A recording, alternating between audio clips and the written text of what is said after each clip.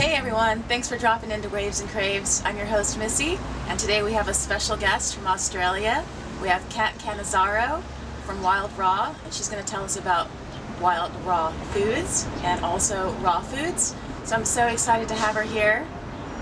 Kat, thanks for Missy. dropping in. Thanks for having me again. So tell me about the philosophy of raw foods and what brought you to it. Well, the philosophy of raw would be different pretty much to everyone, Missy. Food is very personal. So the idea of raw is to have food that hasn't been nutritionally compromised and still has the enzymes intact. And a lot of food, not all of it, but pretty much a good 90% of food that hasn't been heated over 46 degrees Celsius, that is, will have those enzymes and nutrients intact. Cooked food still has vitamin content, but the philosophy of it is if we don't take those enzymes and nutrients out, we're going to be healthier. We're going to digest it a lot better, and it's fresh. And as long as we're using fresh, organic, seasonal produce, that philosophy will stay intact. Nice. How I came to raw food? Well, I was working as a chef in a small kitchen. I was a head chef there, and there was an opportunity to go and work in a raw food restaurant. And I come from an Italian background where food is fresh. It's grown in the backyard. It's slow cooking. And Italians eat a lot of salads, so I was always pretty healthy and very fit as well. So going into this restaurant and seeing this new way of preparing food for people was really exciting, and I knew it was going to take me somewhere. So I just kept striving forward with it. Awesome. Yeah, it was a really good experience. So what I want to know is, what are the biggest changes you've noticed in your body with eating raw foods? It's a clean feeling when you eat, and it's a good feeling. Lots of energy. Your weight will stabilize, and you just feel really, really good. I'm not an advocate of 100% raw because I think it's quite extreme, and unless you are a chef and really into preparing different varieties of food, you might be eating the same thing quite often. So I think it's good to be very flexible with your menu plan, but make those good choices of lots of leafy greens and green vegetables, and keeping your body in that nice alkaline state. Yeah, because you have acidic foods and you have alkaline foods, and when you start preparing raw foods, you're cutting out a lot of those acidic foods. You're doing it naturally, so it feels good, And when it feels good, and you step outside that great menu plan, and you go and have something that is fried and cooked, and you go, whoa, I don't want that, and it's so easy to go back to the good side. Go back to the good side. So what are some of the misconceptions about raw food? Right. That it's really hard to do, and it's not. It's about prepping vegetables and then preparing them in a certain way to make it exciting and gourmet. Some things are time consuming, but I'm developing a grab and go, so where people can.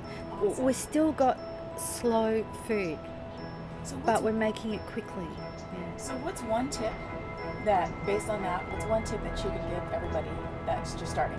Okay, so one of the main meals people have, I noticed over here, is lunch.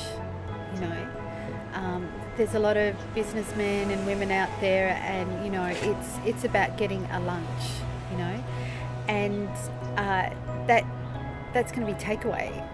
Not a lot of people have time to sit down, so I would get a mason jar and put a nice dressing of a really good organic local olive oil, one that I'm sure there's olive groves somewhere, and you can use lemon juice, a bit of Himalayan salt, and then what you do is you build your hard vegetables first, like your cherry tomatoes, chunky bits of cucumber and onion, and cabbage is really good for the liver, and you build your salad, broccoli And then you put your soft vegetables on top, like lettuces and baby spinach, put the lid on it, pop it in the fridge.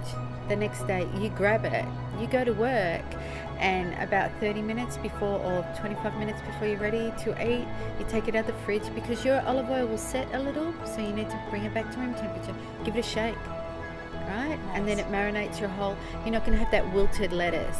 Right. The That's a marinade. great idea. And you can do that for 5 days, and you can make different salads, and I can show people how to make different dressings from basically the same ingredients with just a few variations, so they're not making that whole, God, I've got to make this, I've got to make that. So tell me about your life as a surfer, and tell me how the raw food lifestyle incorporates. When Matt takes me out, my lovely bloke takes me out for a surf, which is usually, he's not going to surf and he's going to make sure I'm safe, because my surfing is really bad. But it's so much fun, so, I'm not a skilled surfer like yourself, Missy, and I snowboard a lot better than I surf. Awesome. Yeah. But, I've got a chia pudding that I make, which is another grab and go recipe. So what that does is that when it goes into your tummy, it, expands. And it's a lot of omega-3s, a lot of omega-6s, and it's got your proteins as well, and it just releases energy. Nice. It's like a slow release of energy, and you can just stay out there. I'm more of a 2 foot. I like my 2 foot slop. As long as you're having fun, right? I have a ball, Totally. and it's like any sport that I tackle, which I love the water and I love the snow. So getting up there on the slopes this year in Breckenridge, was the most fun I've had. All right, so how do you come up with inspiration for your recipes? I still buy recipe books that are cooked, and I look at magazines, and it'll just pop into my mind. What can I do that if I see something that's really nice, but the ingredients are not going to be conducive to how I want to eat, so then I look at it and I start to restructure it. And a gravy, I can make a cashew gravy. Sometimes when you want something that's warming but you don't want to cook, you can use things like smoked chipotle chilies, and all these ones. There's so many gorgeous things to use. Over here in America, you have the most wide variety of exotic foods, and I'm so impressed with the amount of organic up and down this Californian coast. It's a dream. It's an absolute dream. All right, tell me what works for the cat, and tell me what's on the agenda for your next project. I have a new website that's going to be launched in mid-February. Nice. It's been ongoing, mid-December, mid-January, mid-February, so it's almost done. There's going to be recipes for free, recipes for sale. I'm working on 2 books, an ebook and a hardcover. Teaching. I'm welcoming people to our home in Dunsborough, where I teach raw food workshops. People can come and stay if they want, do detoxes, assisted detoxes, getting back into my fitness, because we've been travelling around the US for 2 months and seen some of the most amazing parts of, Utah and Colorado and California, so it's been really great. So and also looking at coming back to the US again, and letting people know About the raw food lifestyle. raw food, cooked whole foods, vegan, vegetarian, how to be sustainable, how to stop saying I'm time poor, and start saying, yes, I've got time to make my lunch for the week. You have time for your health? Time for your health, because personally I don't have time to go to the doctors, and I don't want to spend the money to go to the pharmacist, and because I've got some sort of ailment. So let food be your medicine. Is it's the best saying in the world. It's not my saying. I love it. And makes sense. yeah, Makes total sense. yeah. It's So perfect. make good choices, and I always say to people, have one cheat day. Cheat day. Yeah, absolutely. Have a cheat day. If you really feel that you need to have a cheat day, have a cheat day. Nice. Makes Yeah. sense. this is Kat's lovely bloke, Matt, right? That's what you call him? And they're traveling together. And welcome, Matt. Thanks, Missy. So we were talking about how the raw food lifestyle affects surfing and how, it makes you feel so good. And I want to know from you, what is it about Kat's great food and her lifestyle that affects your surfing in a positive way? Gives you a lot more energy. I found, you haven't got that heavy weight in your stomach, or you don't feel lethargic. The food sort of is uplifting, for a better word, I guess. Absolutely. It just gives you a lot of energy when you're surfing. You don't get through 3/4 of the way through a surf and you sort of think, oh, I'm done, I need more food. It gets you through a long session. Yeah, I know that. Yeah, and the real plus is that you can eat as much of it as you like. And it's all good for you. So, I mean, that's the upside for me. I've got a fairly healthy appetite. It allows you to just eat all day and you don't put weight on, you actually lose weight to That's a certain a plus. degree. If you're exercising and you're eating well, that's a real plus. That's awesome. And so, what's one of your favorite places to surf in Australia? Favourite places to surf in Australia? Probably around home. I really enjoy Margaret River, Prevelly Park a lot. There's a number of places that will remain unnamed because it's getting pretty busy down there anyway. Good answer. I get it. And I think everyone's got that. But overseas, there's any number of places. New Zealand's got some great places. Over here in California, I mean, you've got a lot of people, but gee, there's a lot of good setups. Absolutely. One of which are off to very shortly with the swell picking up. So Cool. Awesome.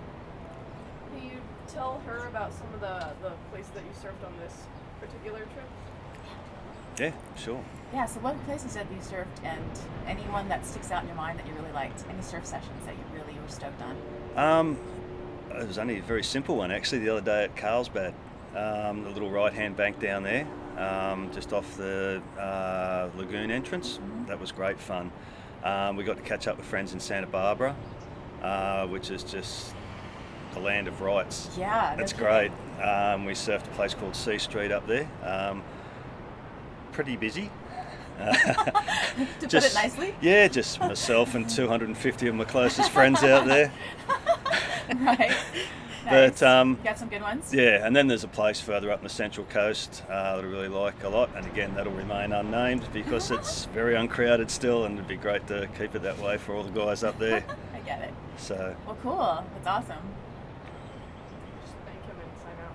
Yeah. Well, thank you so much for joining us and coming and talk about your lovely lady, Kat. Yes. And the great spots you've surfed. It's awesome to have you guys here, and so stoked that you're joining us on Waves and Craves. you're welcome, Missy. Thanks, Anytime. Missy. Thank you so much for joining Waves and Craves, and I hope you enjoyed the show. And you can check out Kat and her site at www.wildraw.com.au. Sorry. And don't forget to smile in the lineup.